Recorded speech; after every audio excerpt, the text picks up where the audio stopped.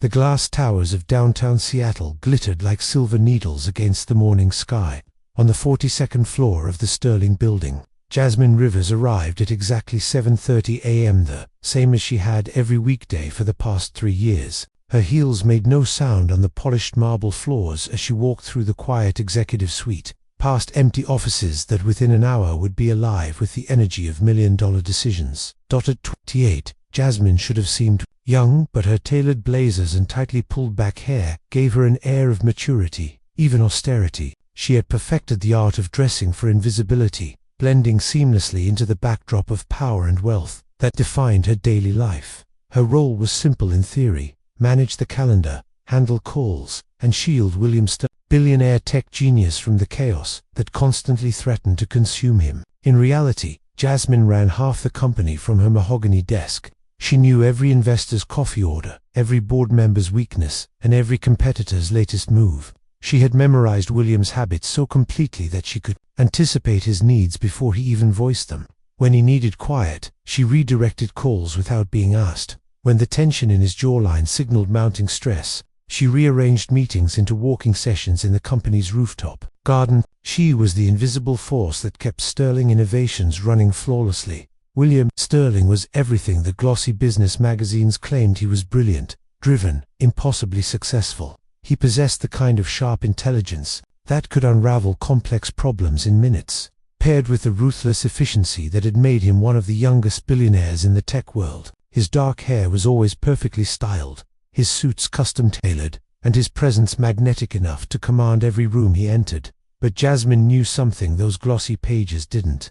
Behind all the brilliance and success was a man who no longer saw people as people, only as functions in his vast machine. To William, Jasmine wasn't Jasmine Rivers, the woman who had graduated summa cum laude with dual degrees in business and fine arts, who spent weekends volunteering at a children's arts center, and who painted watercolor landscapes of the Pacific Northwest that captured its soul.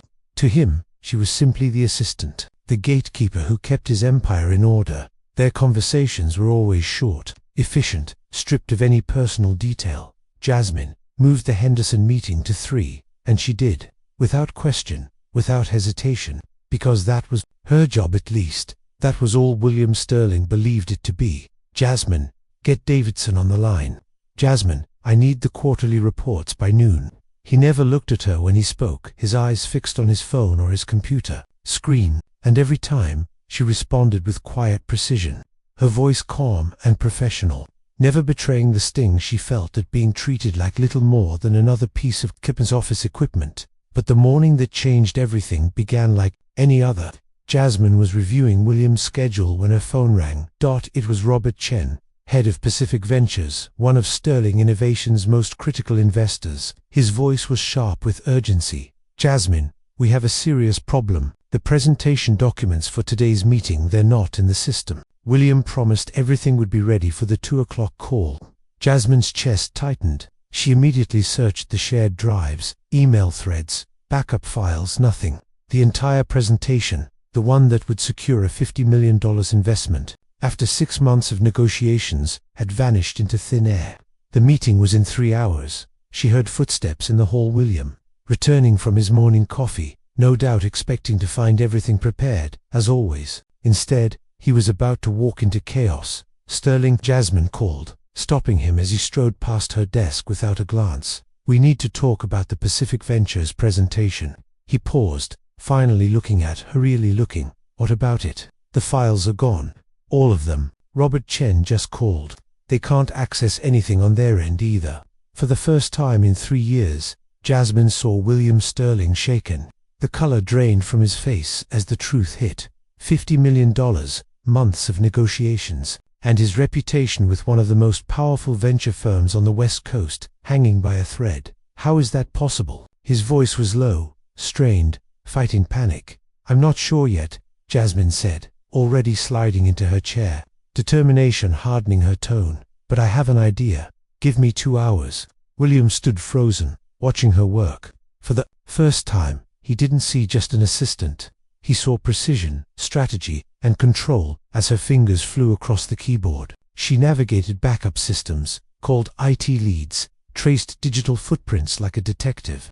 She charmed reluctant tech agents into cooperation and pieced fragments of lost data from obscure platforms. What had seemed like a disaster began, under her hands, to take shape again, and William Sterling, the man who never noticed her beyond the tasks she completed, was noticing now. But that wasn't the remarkable part. The remarkable part was how Jasmine improved it as she rebuilt the slides. She didn't just recover lost data, she sharpened it. She added updated market analysis, competitive intelligence that cut deeper, and financial projections that painted a more compelling vision.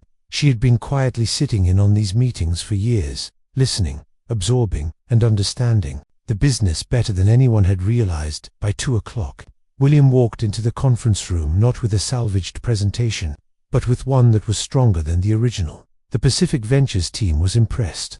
Robert Chen called it brilliantly comprehensive. By 3:30, Sterling Innovations had secured their $50 million commitment. When the conference room finally emptied, William found himself alone with Jasmine. She was calmly gathering her notes, ready to slip back into the shadows, as if nothing extraordinary had happened. "Jasmine," he said. She looked up, her expression steady. "What you did today, that wasn't administrative work. That was strategic thinking at the highest level." She held his gaze. "I've been listening, Mr. Sterling. For 3 years, I've been listening." The weight of her words settled between them. 3 years of sitting in meetings where no one asked her opinion. 3 years of insights quietly drafted into memos no one read. 3 years of brilliance spoken into silence. "Why didn't you ever say anything?" he asked, his voice lower now, curious, unsettled. Her smile was soft but edged with truth. "Would you have heard me if I had?" The question hung in the air like fog, impossible to dismiss. William felt an uncomfortable clarity sink in. She was right. He had been so focused on major players, big deals, and powerful voices that he had never stopped to listen to the one person who knew his business better than anyone. Jasmine broke the silence, her tone calm but firm. "The Henderson merger. You approved last month. I spent 2 weeks researching their labor practices in Southeast Asia. They have serious violations that could destroy our brand if the story breaks. I slipped a memo into your briefing folder." But her eyes didn't waver. "You never read those." William's stomach twisted. The Henderson deal was set to close next week, and for the first time in years, he realized he might have been blind to the one voice he should have trusted all along. "The Morrison account," Jasmine continued evenly. "Their CFO has been embezzling funds for 18 months. It's all in the public filings. You know where to look. I flagged it in 3 separate reports." Each revelation struck William like a physical blow. How many crises had she prevented without him ever knowing? How many opportunities had slipped through his fingers because he had never taken the time to listen to the most insightful person in his own organization? At last, he found his voice, softer than usual. "Jasmine, I owe you an apology." "More than one." She gathered her files with deliberate calm and rose to her feet. "You don't owe me anything, Mr. Sterling. I chose to stay. I chose to keep helping, but I also choose how much of myself to give." Her hand touched the doorknob. Then she glanced back one last time. "The charity auction is next Friday. I've handled all the arrangements. It should be a lovely evening." And then she was gone.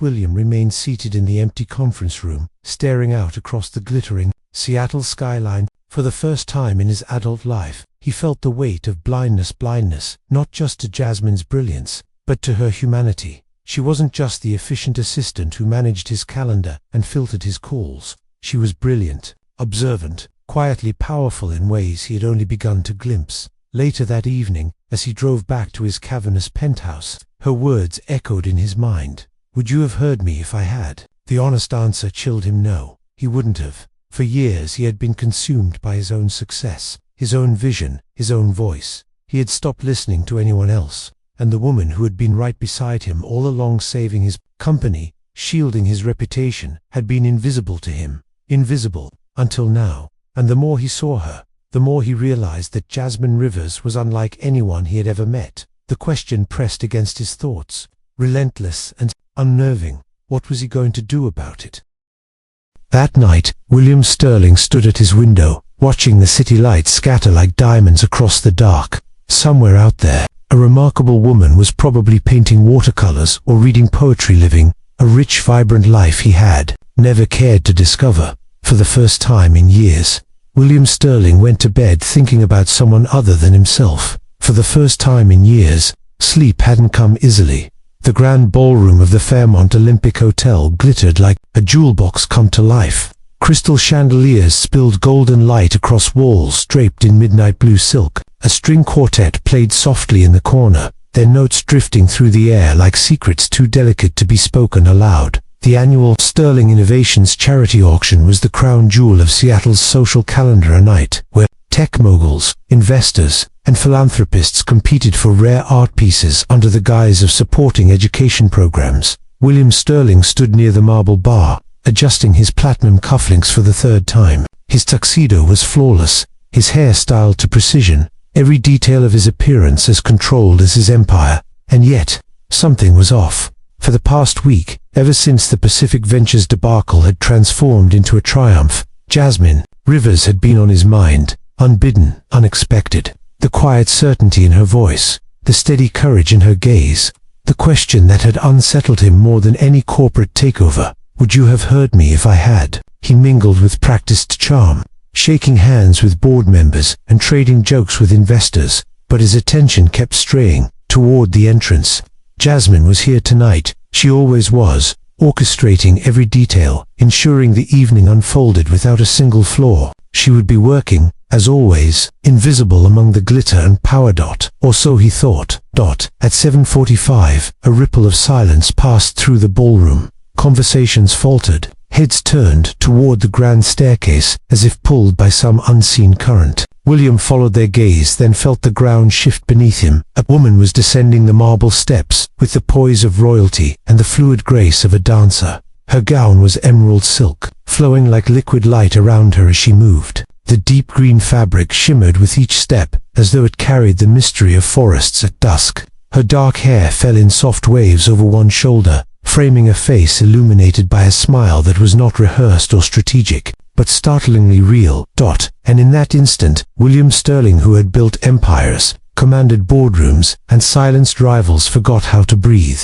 Jasmine Rivers was no longer invisible. She was undeniable. It took William several heartbeats to understand what he was seeing. That woman in emerald silk, the one who commanded the room's attention with nothing more than her presence, was Jasmine Rivers. His Jasmine, the assistant who blended into beige corridors, who spoke in measured tones, who never raised her voice above the hum of his office. This couldn't be the same woman who had spent 3 years existing in the background of his empire. And yet here she was, radiant, magnetic, moving through Seattle's most elite circle, as if she had always belonged. William felt as though his eyes had finally been forced open. Had he really been blind all this time? Or was this moment some strange fever dream, conjured by guilt and sleepless nights? Jasmine accepted a glass of champagne from a passing waiter and joined a cluster of guests. William's gaze followed her, unrelenting. He watched her speak to Margaret Thornfield, the famously impossible museum director, whose frostbitten demeanor had reduced board members to silence. Yet with Jasmine, Margaret laughed an unguarded, genuine laugh William had never heard before. Quite stunning, isn't she? The voice at his shoulder made William start. Robert Chen, of Pacific Ventures, had appeared without notice, studying Jasmine with an appreciative smile. Your assistant has excellent taste, Robert went on casually. She helped my wife choose that very gown. Spent her lunch hour shopping with her. In fact, my wife was dreading tonight, and Jasmine turned it into something joyful. William's mind stumbled. She chose the dress. Yes, Robert continued, oblivious to William's shock. She's remarkable. That one. Sharp as a blade, kind as summer rain. You're fortunate to have her. Before William could respond, the auctioneer's gavel struck. The charity auction was beginning. William took his usual seat at a front table reserved for major donors, but his focus never left the far side of the ballroom. For the first time, Jasmine wasn't hidden in the wings, orchestrating the event. She was seated comfortably among artists and gallery owners, her presence natural, her smile unforced. The early lots passed briskly, a rare wine collection, a week in Tuscany, a commissioned sculpture. The bidding was spirited, the atmosphere bright. Then came Lot 15, a landscape of the Olympic Mountains at sunset, painted by a young local artist. The auctioneer praised the piece with practiced enthusiasm, but the room cooled. The opening bid was hesitant. Silence followed. The artist seated near the back, shifted uncomfortably in his ill-fitting tuxedo. His face burned with mortification as his work threatened to go unsold. And then Jasmine rose. "If I may," she said, her voice carrying across the ballroom with quiet authority. The auctioneer blinked, surprised. All eyes turned toward her. William felt his breath catch. "This piece represents something deeper than a beautiful view." Jasmine's voice carried across the ballroom, warm, steady, infused with a conviction that made every head turn toward her. The artist, Thomas Hartley, painted this during his recovery from a motorcycle accident that nearly ended his career. Every brushstroke represents a choice to create beauty despite pain, to keep moving forward when giving up would have been easier.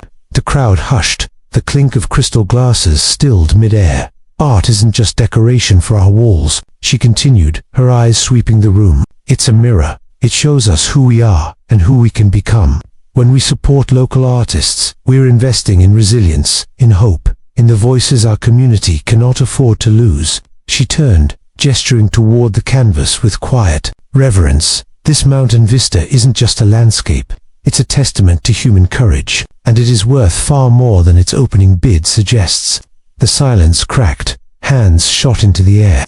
The auctioneer's gavel rang out, driving the bids higher and higher. 2,000 became 10. 10 climbed to 15. By the time the gavel fell at $25,000, the young artist looked as if the world had shifted beneath his feet. His eyes shone with tears, his future rewritten in a single night. Applause swept the ballroom like a wave.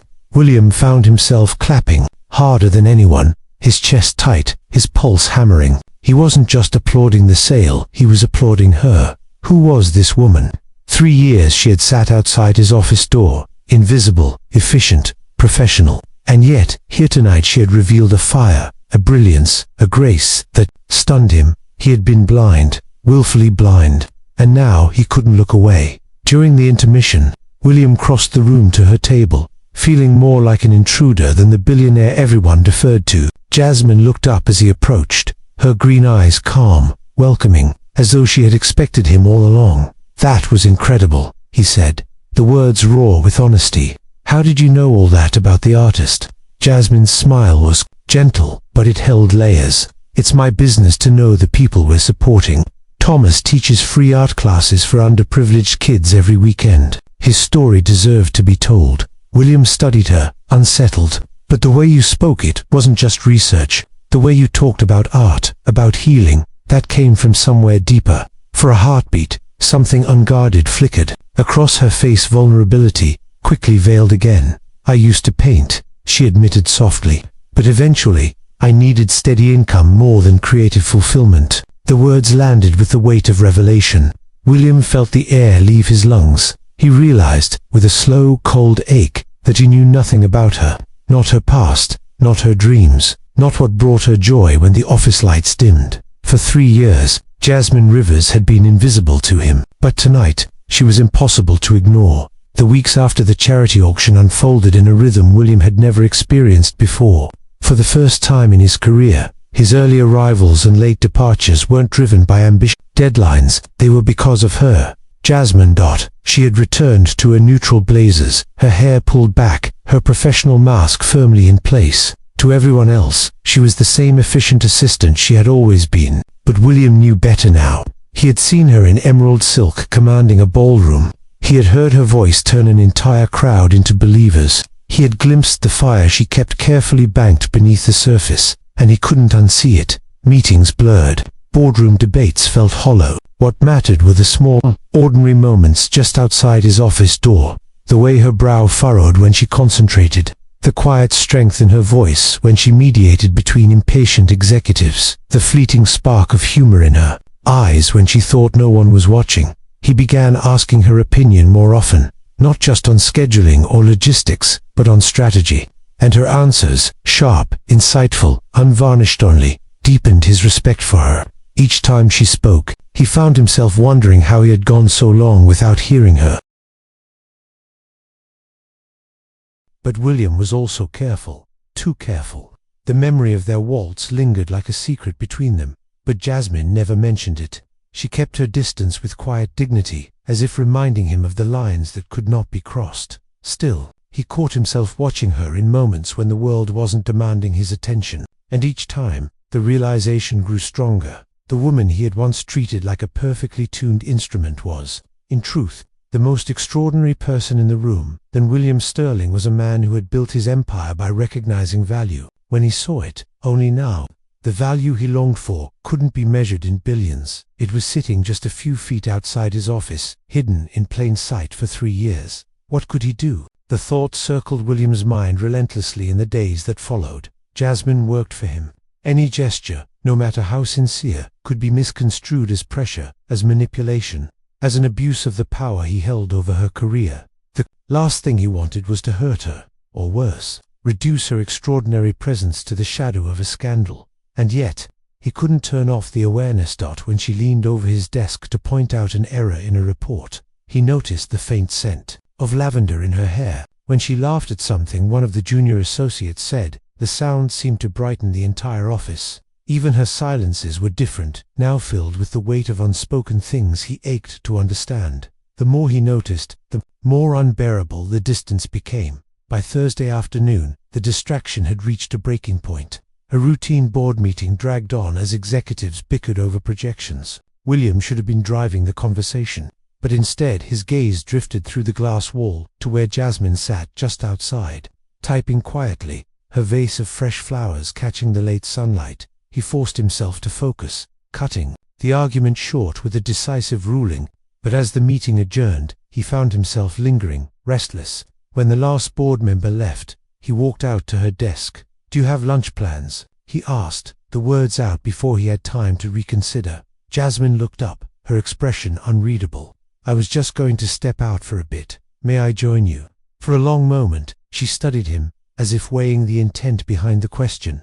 Then she gave a small nod. "If you don't mind walking." And just like that, William Sterling, billionaire CEO, master of boardrooms and headlines, found himself walking 3 blocks down to a quiet corner cafe he hadn't known existed, following the woman who had been invisible to him for 3 years and now had become the only person he couldn't stop seeing. "Mr. Sterling," she said carefully, her voice steady but distant, "I've received an offer from Meridian Technologies." The words hit him like a physical blow. He forced himself to remain still, though his pulse thundered in his ears. "An offer," she nodded. "Director of Strategic Operations. It's a generous package." William's mouth went dry. Meridian, of all the firms, it had to be them. His fiercest competitor, not just trying to steal market share, but to steal her. He managed a calm tone. "And what do you think?" Jasmine hesitated, her green eyes searching his face. "I think it's recognition I've never had here. I think they see me as more than an assistant." That cut deeper than she could know. William had always valued her, relied on her, but he had never told her, never given her the role or title she deserved. And now, it might be too late. "Do you want to go?" he asked quietly. Her lips parted, as if she hadn't expected the question. "I don't know," she admitted. "Part of me does. It's everything I've worked for." But her voice trailed off, and she looked away. "But what?" he pressed, her hands tightened around the folder she held. "But if I leave, I won't see you again. Not like this. And I don't know why that matters so much." The silence that followed was thick, charged with everything unspoken between them. William wanted to tell her the truth, that she was the reason he came to work early, the reason he stayed late, the reason the boardroom no longer felt like enough. But he couldn't, not yet. Not while she was still his employee. Instead, he drew a slow breath. "Jasmine, you deserve to be seen, to be valued, whether it's here or somewhere else. But if you stay, promise you won't be invisible anymore." For the first time, uncertainty flickered in his voice. It was as close as he had ever come to laying himself bare. Jasmine looked at him, really looked, as if weighing the sincerity in his eyes. Then she gave a faint smile, touched with sadness. "I'll have to decide soon. Meridian won't wait forever." She turned and walked back to her desk, leaving William standing in his office, shaken by the realization that he was on the verge of losing the one person he had only just begun to see clearly. 4 missed calls, all from the same number. Jasmine's single quotes, as William's single quotes as pulse spiked. He fumbled the phone from his pocket, swiping it open. A single voicemail notification glowed on the screen. For a long moment, he just stood there on the pier, waves slapping against the pylons, seagulls wheeling overhead, the sky deepening into twilight. Finally, he pressed play. Her voice filled his ear, soft, unsteady, vulnerable in a way he had never heard before. "William, I have made my decision. I can't." The message cut off, leaving only the hollow echo of the waterfront in his chest. He stood frozen, staring at the phone, as if it could somehow yield more than it had given. "I can't." What? Leave him? Stay with him? Accept Marie's offer? Confess something she'd been holding back all along? The uncertainty gnawed at him. For a man who had built empires on precision and control, this single unfinished sentence was unbearable. For the first time in years, William Sterling realized that the future of his world, his company, his heart might rest entirely in someone else's hands, and all he could do was wait. For the first time in his adult life, work could wait. As the stars scattered themselves across Elliott Bay, William made a decision of his own. Whether Jasmine stayed or left, whether she chose him or the opportunity that finally valued her as she deserved, he would change. He would become the kind of man who noticed the people around him, who listened to quiet voices, who understood that success without connection was nothing more than a polished form of loneliness. Tomorrow morning, he would tell her this. If she left, she would do so with his strongest recommendation and his sincere wish for her happiness, and if she stayed, he would spend every day proving she had made the right choice. Either way, William Sterling was done being blind. The moon rose over the water like a silver promise, and somewhere across the city, in an apartment filled with half-finished canvases, a brilliant woman was weighing the most important decision of her life. In 12 hours, they would both learn what courage looks like when love finally dares to speak its name.